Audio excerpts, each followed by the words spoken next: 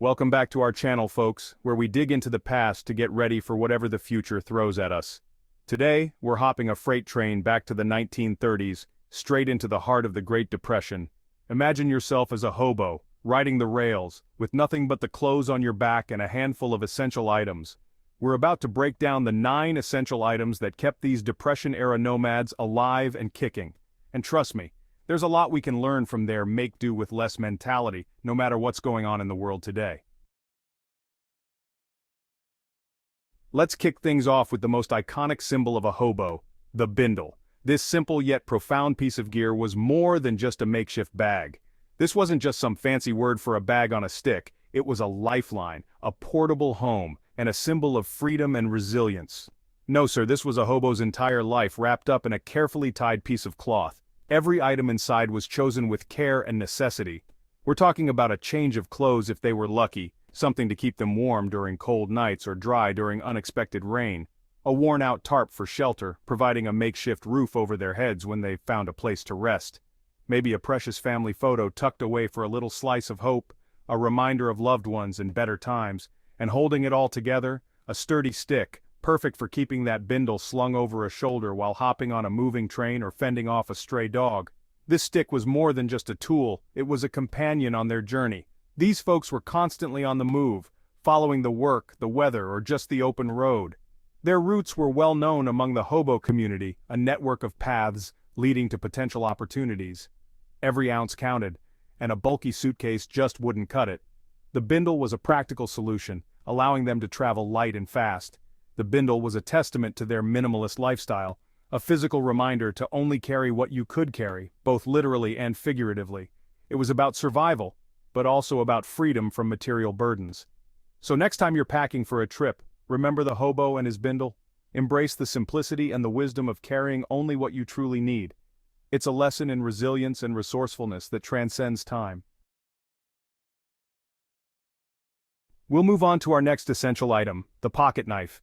This isn't just any ordinary tool, it's a piece of history, a symbol of resilience and resourcefulness. This wasn't just some shiny accessory, this was a hobo's best friend, their most trusted tool, their everything. It was a lifeline in the harsh realities of life on the road. Imagine this. You're hungry, you've got a can of beans, but no can opener. The situation seems dire, but not if you have a pocket knife. No problem. Out comes the trusty pocket knife, ready to tackle that tin like a pro. With a few precise movements, dinner is served. Need to fix a tear in your bindle? Pocket knife to the rescue. It was the ultimate sewing kit, capable of mending clothes and gear on the go. Whittle a piece of wood for kindling, you guessed it, pocket knife. It could transform a simple stick into a useful tool or a source of warmth. This one tool was a Swiss Army knife, a toolbox, a survival kit all rolled into one. It was versatile, reliable, and indispensable. It was their kitchen utensil, their fire starter, their repairman, sometimes even their only line of defense. In the hands of a skilled hobo, it was a multifunctional marvel. These days we've got specialized tools for everything. But back then, simplicity and versatility were key. But back then, a hobo and his pocket knife, that was a team. They were inseparable, partners in survival. Do yourself a favor, dig into that junk drawer, find yourself a good, sturdy pocket knife, and learn how to use it. Embrace the spirit of self-reliance and resourcefulness that defined an era. Let's talk trash, or more specifically the hobo's best friend, the humble tin can. In the world of a Depression-era hobo, a tin can wasn't just garbage, it was a treasure. Think about it, lightweight, durable, and most importantly, free. You find a discarded can, you've got yourself a cooking pot, a water heater, even a makeshift bowl. Just clean it out good, build a little fire, and you're in business. A flattened can, that's a signal mirror, reflecting sunlight to signal for help. Punch a few holes in the bottom, and you've got a makeshift grater for vegetables or soap. And next time you're about to toss that empty can in the recycling bin, take a moment to appreciate its potential. The Harmonica Song, more than just a tune. Now you might be thinking, a harmonica? In a world of survival and scarcity, where does a musical instrument fit in? Imagine this, you're miles from home, haven't had a decent meal in days, and the weight of the world is heavy on your shoulders. Then, from across the campfire, a fellow traveler pulls out a harmonica, and suddenly, the air is filled with music.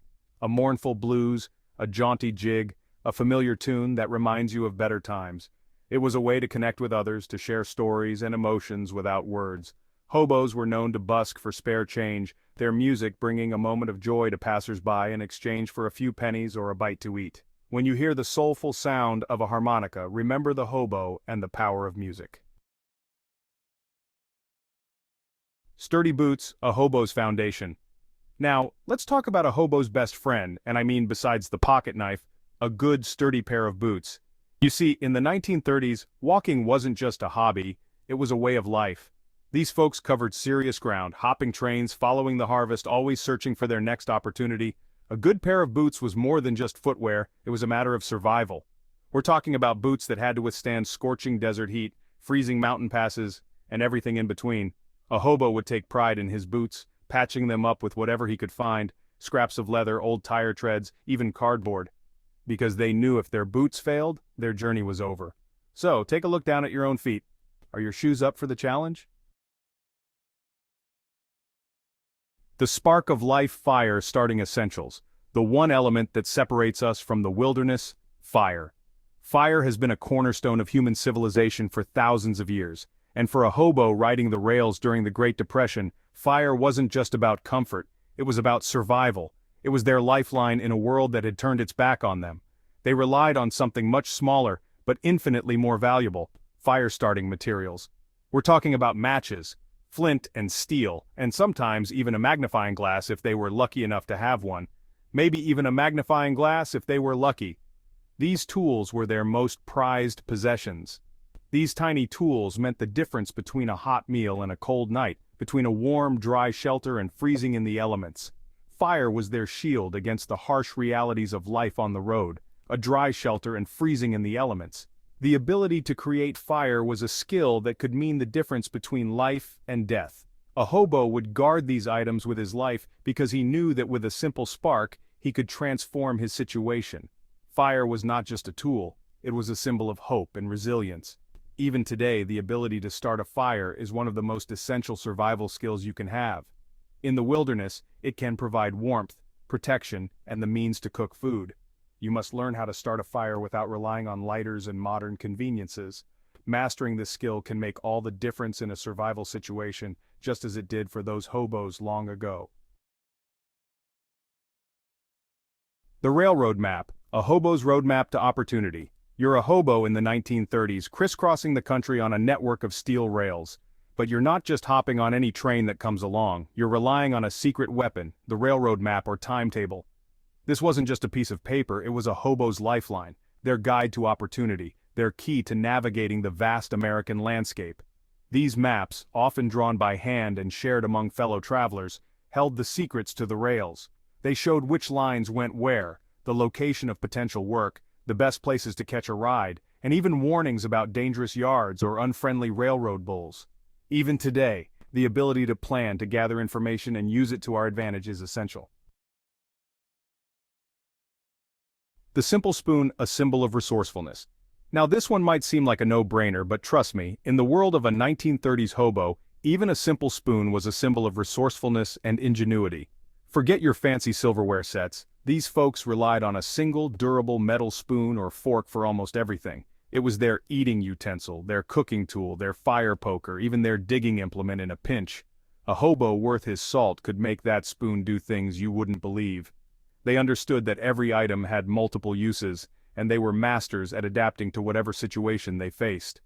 The hobo's spoon reminds us to think outside the box, to find creative solutions, and to appreciate the versatility of simple, well-made tools. When you reach for a plastic spoon, consider its limitations. The water flask, a hobo's lifeline. Alright folks, let's talk about the most essential element for survival water. And for a hobo on the move, a trusty water flask was more than just a container, it was a lifeline. These weren't your fancy insulated water bottles we have today. These were often repurposed glass bottles, dented canteens, or even hollowed-out gourds, anything that could hold the precious liquid. Finding clean water was a constant challenge, and a hobo would guard his water supply with his life. Because he knew that out on the open road, under the scorching sun, dehydration could mean the difference between life and death.